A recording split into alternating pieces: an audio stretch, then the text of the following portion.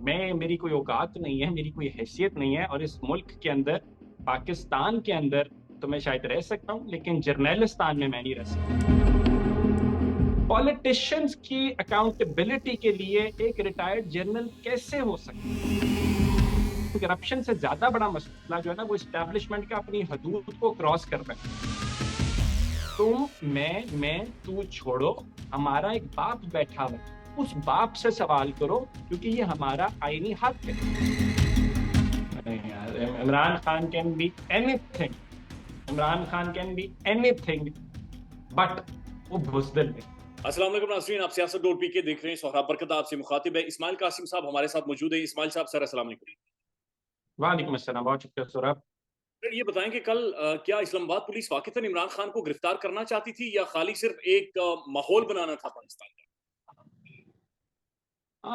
बज़ाहिर तो ऐसे ही लगता है कि माहौल नहीं, माहौल से ज्यादा करना चाहते हैं। ख्वाहिश ऐसी ही है कि उठा लें और एक दफा मसला खत्म कर लें।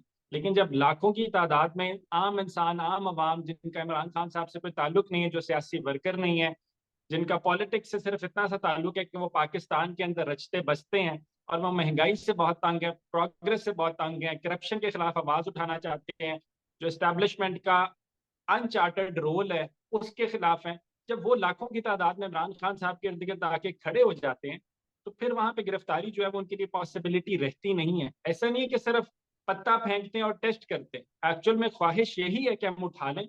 लेकिन जब नंबर्स इतने ज्यादा आ जाते हैं तो उनको पता होता है कि इमरान खान साहब को अगर हमने उठा लिया तो ये तो पूरा पाकिस्तान जल के रह जाएगा।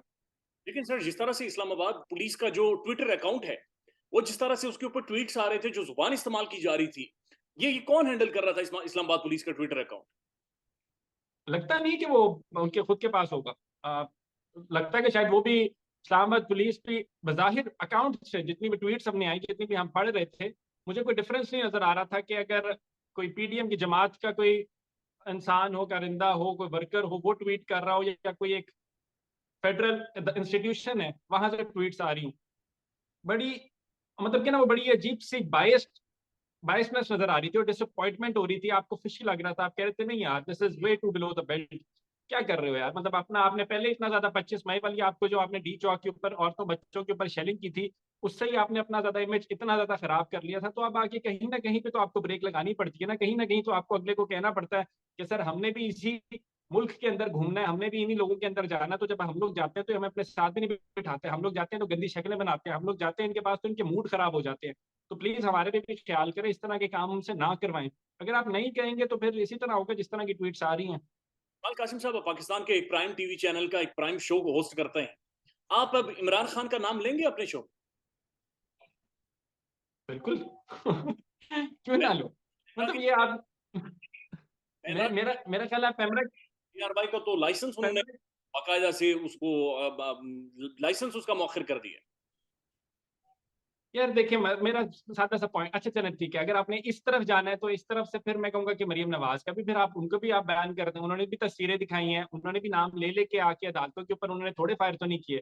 अगर आपने पास में जाना तो गुजरावाला जलसे के अंदर जो नवाज शरीफ साहब की स्पीचेस थी उसके अंदर भी नाम लिए थे, फिर आप उनको भी ताहयात बयान कर देते। तो अगर आपने ये वाली साइड लेनी है कि इसने किसने क्या किया, तो उसके अंदर तो आप मार खाएंगे ही खाएंगे। ऑन दी अदर हैंड, आप किस तरह से आवाजों को बंद कर सकते हैं, इट्स अबव मी। मुझे नहीं समझ आ रहा कि ये प्लानिंग करता कौन है, इनको बताता कौन है क्या? मतलब कि आपके अंदर बिल्कुल सेंस ही नहीं रही, आपकी पीआर टीम नहीं है, कोई आपको कोई बताने वाला नहीं है। डिजिटल जमाना है, आप किस तरह से आवाज को बंद कर सकते हैं? आप नहीं कर सकते। और मकबूल तरीन लीडर, जी। मतलब कि करोड़ों की फॉलोइंग वो एक इंसान की, आप कह रहे हैं कि आपने उसका नाम नहीं लेना, आपने उनको एयर टाइम नहीं देना। एयर टाइम आप ना भी दें, वो आपके घर से आगे एयर टाइम ले जाएंगे। आप उनको किस तरह से एयर टाइम बंद कर रहे हैं? कहाँ, किस किस किस प्लेटफॉर्म को आप बंद करेंगे? आप मेन स्ट्रीम मीडिया के सारे लोग डिजिटल के ऊपर क्यों आए थे? इन्हीं पॉलिसीज की वजह से ना, कि आपको जोर जबरदस्ती करके खामोश करवा दिया जाता था। तो ये तो इलॉजिकल तरीन किस्म की बातें, इसके अंदर डिबेट करने में भी ना मुझे लगता है कि मैं अपना टाइम वेस्ट कर रहा हूँ। मुझे मुझे लगता है कि यार मेरी सेल्फ रिस्पेक्ट खराब हो रही है कि कोई कह रहा है कि आपने जी आगे नाम नहीं लेना एक मकबूल तरीन लीडर का, एक सियासी लीडर का, जस्ट बिकॉज कि उसने अगला इलेक्शन जीत जाना। सादा पॉइंट क्रक्स तो यही निकलता है ना, उसे इलेक्शन जीत जाना है। और तो कुछ भी नहीं करना। और क्या कर लेना उसने आके, मुकद्दार तो वो कहीं से है नहीं, करप्ट तो वो कहीं से है नहीं, करप्शन आपने जो मर्जी कर करा के भी आप कुछ नहीं साबित कर सके। तमाम इंजीनियर्स, मशीनरी, इंस्टीट्यूशंस आपने फोकस किया, आपने पूरा फंड्स लगा दिए, ब्रेन्स लगा दिए, पूरी पूरी टीम्स बनाई आपने, सिर्फ आपने R&D करके निकाला कि इसको फंसाएं किस तरह, आप नहीं फंसा सके। तो फिर आपने कहा खामोश कर दो। यार ये आप खामोशी वाला तो ज्यादा देर नहीं चलेगा, आप दो लोग चार दिन चलेगा बस। इस्माइल कासिम साहब, आप लोगों के ऊपर तो बहुत ज्यादा दबाव होगा, जाहिर है। आप खुद प्राइम टेलीविजन प्राइम प्रोग्राम करते हैं, एक बतौर एंकर, बतौर एक जर्नलिस्ट, दबाव रहता है आपके ऊपर? मैं एज दबाव तो ऑब्वियस सी बात है, इसमें तो कोई ढकी छुपी बात नहीं। मैं जो अपना शो करता हूँ वहां पे एज एन एनालिस्ट बैठा होता हूँ, मैं as a political analyst, as a political commentator, that is the only thing that I do. मेरा काम है, रोजी रोटी मेरी वो है। आप कहते हैं वही ना करें, तो फिर मैं क्या करूं? फिर आप मुझे पैसे दे दिया करें। लेकिन नहीं, ना ना ना, ये बात नहीं करती। ये फौरन आएंगे कि ले ले पैसे, ये साथ ही भागे भागे आएंगे कि ले ले पैसे, तो वो काम नहीं करना। अब मसला ये कि मेरा तो काम है ना, आप मुझे कह रहे हो कि जो 25 करोड़ अवाम है, आप उनकी बात करना बंद कर दो, आप उनको छोड़ दो। और हम जो 100, 150, 200 करप्ट लोग हैं, जो अपना ईमान शायद बेच चुके हैं, जिनकी मोरालिटीज है ही नहीं, जिनको शायद रोजे आखिरत का ख्याल नहीं है, जिनको शायद ये परवाह नहीं कि उन्होंने कब्र के अंदर भी जाना और वहां पे जाके बहुत ज्यादा लितर पड़ेंगे, तो वो खुदा बनकर बैठे हुए हैं। ठीक है, तो उनको छोड़ के आप 25 करोड़ अवाम को किस तरह इग्नोर कर सकते हैं? सिंपल, मतलब नंबर्स गेम है कि आपने किसको चुनना है। जब खान साहब हक और बातिल की बात करते हैं तो आपको इनिशियली लगता था कि शायद कोई सियासी वो कोई नैरेटिव बिल्ड कर रहे हैं। लेकिन आप मौजूदा सूरत हाल को देखें, आप 270 रुपए का पेट्रोल देखें, आप 280 रुपए का डॉलर देखें, आप 20-20 रुपए की डॉलर की जाम देखें, आप डिमिनिश एक्सपोर्ट्स को देखें, आप अपनी इंडस्ट्रीज को खत्म होते हुए देखें, आप वो लीड करती हैं अनएम्प्लॉयमेंट को, आप उसको देखें, आप आम आवाम को देखें, आप उन दो बच्चियों को देखें जिन्होंने कल को, जिनके माँ बाप ने उनको पहले जहर दिया, फिर बाद में एक दूसरे को जहर दिया और चारों मर गए। आप इन लोगों को देखें और फिर आके कहें कि इन पे बात करनी है या नहीं करनी। तो प्रेशर, यस ऑब्वियसली प्रेशर होता है। प्रेशर तो यहाँ पे छोटी से छोटी बात का भी होता है। मतलब ना बहुत टची से हैं, इतने टची हुए हैं कि आपको पता ही नहीं है। मतलब कि मैं मेजर आजम का इंटरव्यू कर रहा था, वो भी मुझे बीच में कह रहे थे कि यार आप पाकिस्तान में बैठे हुए हो, आपको आगे उठा के ले जाएंगे, समझे? क्योंकि आप कोई बात भी करो उसके ऊपर भी कोई इशू था कि आपने, वो तो एक गद्दार है, वो तो जी गद्दार है, आप किस तरफ निकल पड़े। यहाँ पर सिर्फ एक बात पूछने की इजाजत दें, बराए मेहरबानी, आप मुझसे ज्यादा समझदार हैं। ये कोई आकर उठा ले जाएगा, ये कोई कौन है? रियासतों के अंदर तो सबके नाम होते हैं, रियासत का अपना एक नाम है, अपनी डेफिनेशन है, ये कोई कौन है? कोई कौन है? एस्टैब्लिशमेंट है। एस्टैब्लिशमेंट को हमने फैंसी लफ्ज दिया हुआ है, जिसके अंदर गिने चुने ढके छुपे चंद लोग होंगे। जब हम कहते हैं ना पाक आर्मी, तो हम पाक आर्मी से बहुत मोहब्बत करते हैं, हम पाक आर्मी की बात नहीं करते when we talk about establishment. जब हम कहते हैं कि हम एंटी एस्टैब्लिशमेंट हैं, तो हमारा कतन ये मतलब नहीं होता कि हम अफवाज पाकिस्तान की बात कर। ठीक है, ये इनका आगे से जवाब आता है, ये आगे से जवाब आता है कि अफवाज पाकिस्तान हो गया, कौमी मुफाद के आप खिलाफ चले गए, नेशनल इंटरेस्ट को आपने पीछे छोड़ दिया, और आपकी वजह से हमारी टेरिटोरियल जो सोवरेनिटी है, इंटेग्रिटी है, वो दाव पर लगी। Not at all. जो जिन फौजियों ने, जिस अफवाज पाकिस्तान ने अपनी जानें दे के बॉर्डरों के ऊपर 24-24 घंटे की ड्यूटियां दी हैं, वो तो एंड पे आप उनको हालत देखे जाके, तो वो मेरे और आपके जैसे ही नजर आएंगे। उनको करोड़ों अरबों के प्लॉट्स नहीं नजर आएंगे, उनको बाहर बाद में गोल्फ रिजोर्ट्स नहीं नजर आएंगे, उनको फार्म हाउसेस नहीं नजर आ रहे होंगे, उनको बाद में जाके रिटायरमेंट के बाद जाके अगली पोस्टिंग नहीं पहले से तैयार की होगी कि अब यहाँ पे एक जनरल साहब रिटायर हुए हैं, अब इनको फलां का चेयरमैन लगा दो, अब इनको चेयरमैन नायब लगा दो, अब इनको जाके जी स्पोर्ट्स के अंदर ओहदा दे दो, हर जगह से, समझे? तो एस्टैब्लिशमेंट की जब हम बात की जाती है, आपका क्वेश्चन जो को उठा के ले जाएंगे, उसके अंदर यस गिने चुने टॉप टीयर के 4-5 लोग हर इदारे से आए होंगे। सिविल के अंदर से हम जाके निकाल दें, अपनी सिविल सुप्रीमेसी को निकाल दें, जो ब्लडी सिविलियंस हैं उनको निकाल दें, तो बाकी जो ऊपर के चंद लिमिटेड से लोग, लिमिटेड से, जिनको अगर आगे से ये जवाब दिया जाए कि आपकी जितनी पावर थी वो अच्छी थी, आपने इंजॉय की, हम मानते हैं आपने 75 साल इंजॉय किया, आपने खामोश करवाया आवाजों को, आपने लोगों को टॉर्चर किया, आपने लोगों के साथ ज्यादतियां की, आपने ह्यूमन राइट्स की वायलेशन की, वी अंडरस्टैंड दैट, कोई बात नहीं, आपने कर दिया। अब ना करें। अब करेंगे तो अब प्रॉब्लम होगी। अब प्रॉब्लम क्यों होगी? क्योंकि मैं अपनी बात नहीं करता, मैं सोहराब बरकत की बात नहीं करता, मैं 25 करोड़ लोगों की बात करता हूँ। उनको कैसे साइलेंस करोगे? आम दुकान पे जाओ, किसी दही दूध दही की दुकान पे जाओ, उससे बात करो जाके। मैं पहले भी कहता हूँ, हम तो ढके छुपे लफ्जों में फैंसी लफ्ज यूज करते हैं ना, कि उठा के ले जाएंगे, एस्टैब्लिशमेंट वाले आएंगे, वो नाम ले लेके आगे से बातें कर रहे होते हैं। वो साथ गंदी गालियां दे रहे होते हैं। हम नहीं चाहते। क्यों? क्योंकि इवेंचुअली जो आपके सामने कवर है, वो कवर आपने इदारों का ढांपा हुआ है। आप इंडिविजुअल लेवल के ऊपर काम नहीं कर रहे। आपकी गलतियों की वजह से पूरा इदारा जो है वो बदनाम होता है। तो खुदारा कोई होश के नाखून लें, सर, आप अंडरस्टैंड कर लें इसी कि इसी इट कैन दौरान नॉट कंटिन्यू। इसी दौरान इस्माइल कासिम साहब एक हरिडली बहुत जल्दी से एक अपॉइंटमेंट हुई है, और वो नैब चेयरमैन की हुई है, और अगेन एक साबिक बड़े मुअज्जिज लेफ्टिनेंट जनरल साहब की हुई है। ऑप्टिक्स क्या है सर? आपको वो अपॉइंटमेंट देखकर आपने क्या महसूस किया बतौर जर्नलिस्ट?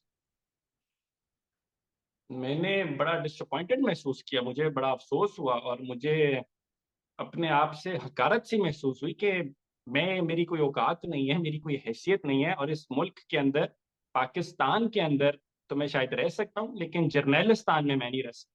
क्योंकि अगर यही कुछ होना है तो फिर मुल्क का नाम बदल दें, तब्दील कर। देखिए, आपने अच्छी सर्विस की, no disrespect to the retiring generals at all. वो 30 40 50 साल अपनी सर्विस देते हैं, बड़ी अच्छी बात है। आपने बहुत, आपकी एफर्ट्स मान, जब हो गया वो सारा कुछ, अब आप घर बैठे ना जैसे एक आम इंसान बैठता है। क्या कोई जज नहीं था? मतलब ये चेयरमैन नैब की अगर आपको मैं एग्जांपल, ठीक है, पॉलिटिशियंस की अकाउंटेबिलिटी के लिए एक रिटायर्ड जनरल कैसे हो सकता? मतलब मुझे आप किस तरह से, आपने तो प्रोसेस ही सारा अकाउंटेबिलिटी का वहीं पे खत्म कर दिया।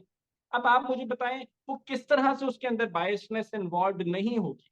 आप लोग ही हैं जो कि लोगों को लाते हैं, बनाते हैं, गिराते हैं, हुकूमतों को करते आए हैं। ठीक है, पहले हमें लगता था शायद सीआईए कर रही है रिजीम चेंज पूरी दुनिया के अंदर, तो हमारे घर के अंदर होता आ रहा है ना। तो जब अकाउंटेबिलिटी की आप बात कर रहे हैं, तो अकाउंटेबिलिटी क्या कोई और नहीं कर सकता? मुझे यहाँ पे बड़ी मजे की बात डॉक्टर मुईद की याद आ गई। वो कहते हैं आपने अगर अकाउंटेबिलिटी करनी है तो कोयटा बलोचिस्तान में जाके करें, अपनी करें, एफसी की करें जाके, एफडब्ल्यूओ की करें जाके, एनएलसी की करें जाके। आप लॉजिकल बात की उन्होंने। अब लेकिन वो भी मुल्क से बाहर है, क्योंकि आप लॉजिक की बात तो कर ही नहीं सकते यहाँ पे। आप लॉजिक की बात करेंगे तो प्रॉब्लम हो जाएगी बहुत ज्यादा। तो मेरे लिए बड़ी डिसअपॉइंटमेंट थी, मेरे लिए एक शर्मिंदगी की बात थी, मेरे लिए एक ऑलरेडी जो कॉन्ट्रोवर्शियल रिलेशनशिप आप बनाते जा रहे हैं इदारों के दरमियान में और आम आवाम के दरमियान में, वो और ज्यादा खराब होगा। जो अकाउंटेबिलिटी का प्रोसेस है, जो कि बहुत अहमियत का, पाकिस्तान के अगर मैं मामला खराब की बात करूँ ना, तो यस, करप्शन एक बहुत बड़ा मसला है, लेकिन करप्शन से ज्यादा बड़ा मसला जो है ना, वो इस्टेब्लिशमेंट का अपनी हदूद को क्रॉस करना है। जो इस्टेब्लिशमेंट की पॉलिटिकल इंटरवेंशन ये लोग करते आए हैं ना, वो ज्यादा बड़ा मसला है। ये अंडरस्टैंड करना है। तो जब पॉलिटिक्स के अंदर पॉलिटिकल पार्टीज या निचले लोग जब आपस में बैठ के बहस कर रहे होते हैं ना, तेरा लीडर, मेरा लीडर, मेरा लीडर, तेरा लीडर, तो मैं उनको समझाने की कोशिश करता हूँ कि तुम, मैं, तू छोड़ो, हमारा एक बाप बैठा हुआ है, उस बाप से सवाल करो, क्योंकि ये हमारा आईनी हक है। फिर वो खामोश हो जाते हैं कि यार बात तो ठीक कर, बात तो ठीक। तो पॉलिटिक्स के अंदर पॉलिटिशियंस को ये समझना है कि एक बार आपस में साथ जुड़कर जो बिगर प्रॉब्लम है उसको देख लो, उसको हल कर लो। आइन बनाया ना, कागज का टुकड़ा नहीं है, अगर फाड़ के फेंक नहीं सकते। वाहिद एक आपका एक वो ऐसा पेपर रह गया जिसके ऊपर ऑल ओवर जो थी सबकी बाहमी, मतलब राय शामिल थी, एग्रीमेंट सबका शामिल था, एक वाहिद वही पेपर आपके मुल्क के अंदर अगर मौजूद है तो उसको रिस्पेक्ट दो। वो रिस्पेक्ट के अंदर अगर आप उसको पढ़े थोड़ा सा तो आपको नजर आएगा कि लिमिटेशंस हैं। अगर आपने कायदे आजम की बड़ी बड़ी तस्वीर लगाई हुई है अपने दफ्तरों के अंदर, तो कायदे आजम ने आते साथ बताया था कि आपकी कुछ हदूद है, आपने बॉर्डरों पे काम करना है, बॉर्डरों से अंदर जो पॉलिसी मेकिंग है वो आपका काम नहीं है। अब ये बातें लॉजिक की बातें, इसमें गुरूर किस चीज के मुझे नहीं समझ आता। आप लॉजिक की बात ही नहीं सुन सकते, आप साथ ही आ जाते हो जोर जबरदस्ती। मैं लेकिन यहाँ पे ना एक चीज ऐड करना चाहता हूँ। एक साहब की किताब थी रूल ऑफ फियर। तो साहब को आपने डिफरेंट जगहों से बैन किया हुआ है आपने, कि इधर भी लेक्चर नहीं देना, उधर भी नहीं देना, एक्स वाइज। उनकी रूल ऑफ फियर एक किताब थी। वो रूल ऑफ फियर की किताब की मैंने स्टोरी लगाई थी, सिर्फ स्टोरी। मुझे उस स्टोरी में भी कहा गया था कि ये किताब कहाँ तक क्या चल रहा है इस किताब का। रैंडम डिस्कशन, कैंडिडेट डिस्कशन थी, ठीक है। मैंने उस किताब को पढ़ा, उसमें 8 चैप्टर्स हैं, 8 थीसिस ऑफ अथॉरिटेरियनिज्म इन पाकिस्तान, ठीक है, कि किस तरह से अथॉरिटेरियनिज्म करवाया गया, 8 डिफरेंट चैप्टर्स। ठीक है, आप रूल ऑफ फियर को पढ़े, आपको नजर आएगा कि यार ये तो हकीकत बात है। वन वे और अनदर डिक्टेट करवाया गया, वन वे और अनदर पावर खौफ है, और कुछ नहीं है। आदिल राजा का मैं दोबारा नाम कोट करूंगा, तो मुझसे लोग पूछते हैं कि आदिल राजा सही है, गलत है, सोर्सेज है, नहीं है क्या? मैं कहता हूँ सब कुछ छोड़ दो, सही गलत की बात ही छोड़ दो। देखो वो कर क्या रहा है। वो कर ये रहा है कि वो अवाम के दिलों से खौफ खत्म कर रहा है। वो अवाम को बता रहा है कि it's okay to ask questions, तुम्हारा आईनी हक है। अब वो किस तरह से कर रहे हैं वो सब कुछ छोड़ दो, वो तुम्हारा काम नहीं है।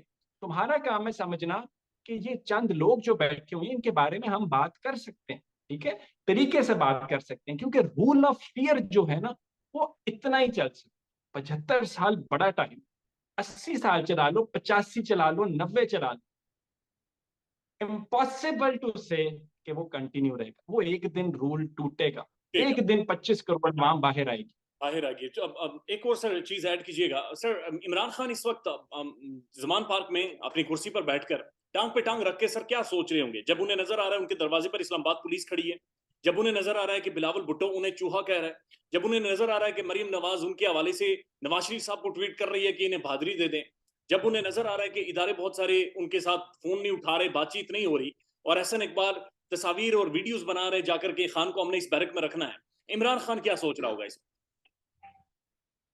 मेरा ख्याल है इमरान खान साहब अपनी जन्नत के बारे में सोच रहे होंगे। वो मुस्कुराते होंगे, हाथ में तस्बीह होगी और कहते होंगे मैं तो जन्नती हो गया हूं यार। उनके लिए तो जहाद है। वो तो बड़े लकी साबित हुए हैं, मतलब कि एक बंदे को जिंदगी भी अल्लाह दे तो इमरान खान साहब जैसी। मैं बहुत से लोगों से मिला हूं, बहुत से सीनियर पोजीशंस के ऊपर, बड़े बड़े सीनियर पॉलिटिशियंस होंगे, डिफरेंट और जगह पे अपनी सीनियोरिटी की टॉप पे मौजूद होंगे, उनके साथ उठना बैठना भी हुआ। कहीं पे भी हम जाते हैं ना तो जाके होता है अस्सलाम वालेकुम, वालेकुम अस्सलाम, इस्माइल कासिम। क्यों? क्योंकि जैसे ही कहते हैं पॉलिटिकल एनालिस्ट एक मेन स्ट्रीम चैनल पे बैठे, अच्छा जी होरिया मकबूल जान साहब के होस्ट कर रहे, तो हमारा बड़ा एक वो बनता है जी, बड़ा ऑरा बनता है कि अच्छा यार ये तो बड़ी तगड़ी चीज है। इस तरह का जर्नलिज्म का ना एक ऑरा उस तरह हर जगह ऐसा। वाहिद एक लीडर मेरी जिंदगी के अंदर, एक इंसान मेरी जिंदगी के अंदर आया कि मैं पहली दफा उसके साथ मौजूद था, वो कमरे में बंदा एंटर हुआ, तो मुझे लगा कि जैसे वो बंदा नहीं आ रहा, उस बंदे के साथ कोई हवाएं चल रही हैं, कोई ताकत है, मतलब एक और है उस बंदे का। एंड मेरे मुझे गूज बम्प्स फील हो, मुझे लगा कि मेरे रोंगटे खड़े हो रहे हैं। और मैं कहने को बड़ा कॉन्फिडेंट इंसान हूं, मैं कहने को इर्द गिर्द अपनी जगह पे बड़ा कॉन्फिडेंस से उठता बैठता हूँ, बड़ा तगड़ा तरीके से उठता बैठता हूँ। मैंने जब देखा मैंने कहा नहीं यार, और वो एक बंदा लंगड़ाता हुआ था, वो एक टांग पे था उस टाइम बंदा, वो बंदा उस टाइम जख्मी हालत में था। तो एक जख्मी टूटी टांग के साथ बंदे का अगर इतना और है, तो सोचो अगर वो अपने जबर पे आए, सोचो अगर वो तगड़ा होके कॉन्फिडेंस के साथ लड़ने आ जाए, तो तुम कहाँ के रहोगे?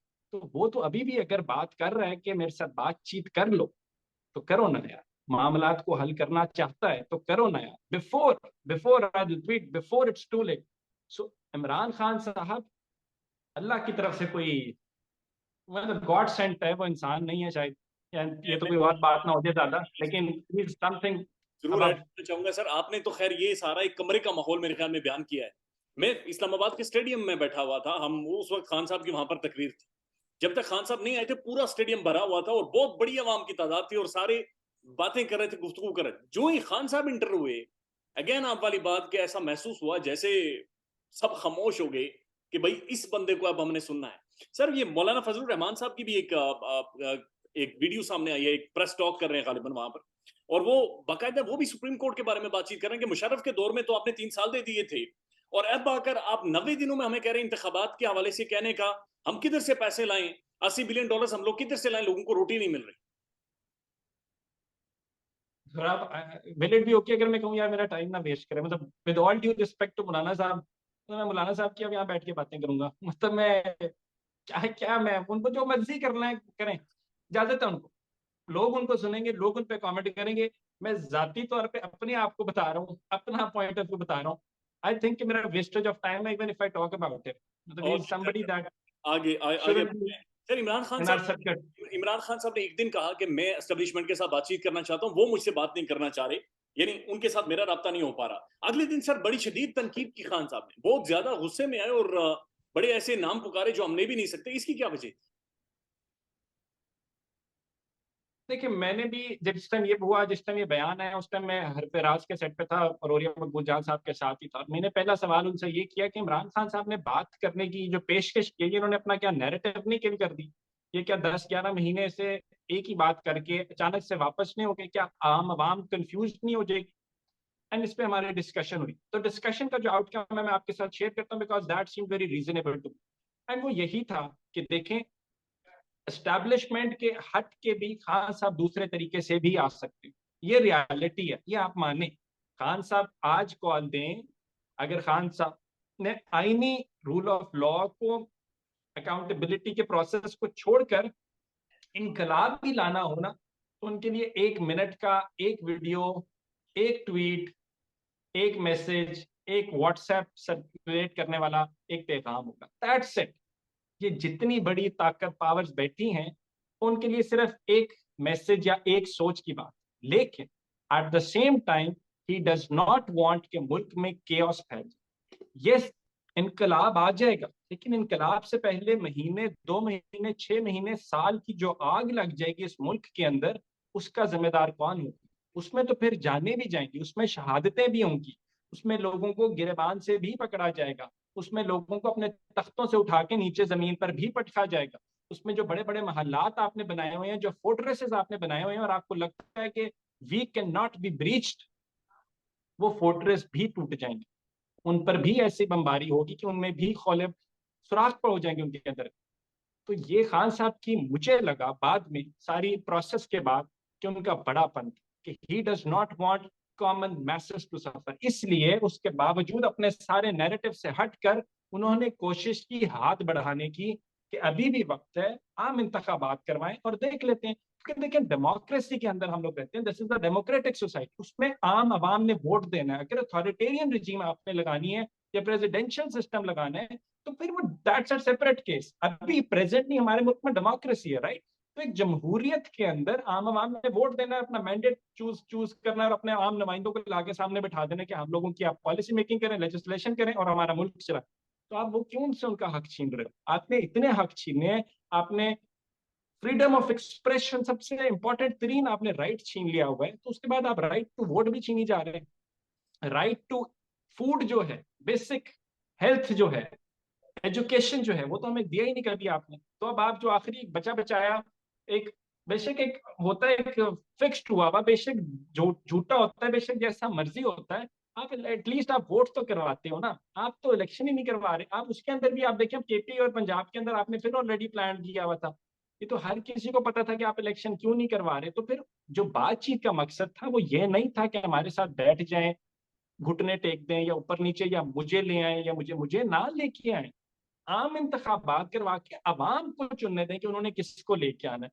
क्योंकि फैक्ट्स ये बताते हैं, प्रोग्रेस ये बताती है कि इमरान खान साहब की पॉपुलैरिटी है, यस, बट जो जमातें हुकूमत में हैं उनकी प्रोग्रेस बहुत बुरी है। उनकी प्रोग्रेस इतनी बुरी है कि तारीख के अंदर इस हद तक महंगाई, इन्फ्लेशन रेट्स, डॉलर इस हद तक ऊंचा नहीं गया। आप नहीं सरवाइव कर सकते। और इंटरनेशनल एस्टेब्लिशमेंट की अगर बात की जाए, या अगर हम बहुत सुपीरियर पावर्स की बात करें, तो वो तो अपना प्लान 2030 का रख के बैठे हुए हैं कि 7 साल और क्रिपल्ड रखो इस कॉम को।